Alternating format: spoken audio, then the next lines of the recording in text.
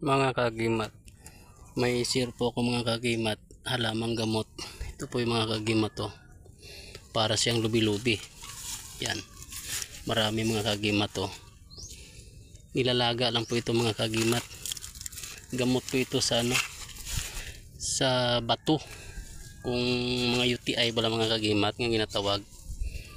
Yan o, tingnan nyo ning kuan, itong halamang gamot na to. Maganda kasi itong halamang gamot mga kagimat. Nilalaga lang ito at iniinom ang ano, ang kanyang katas. Basta ang ano niya mga kagimat, ito yung forma niya mga kagimat oh. Ito yan oh. Yan, masyado kasi mainit eh, medyo mano.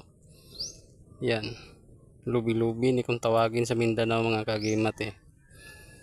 Hugasan lang to ng mabuti, tapos ilalaga. Gamot po ito ng UTI. Thank you for watching. God bless.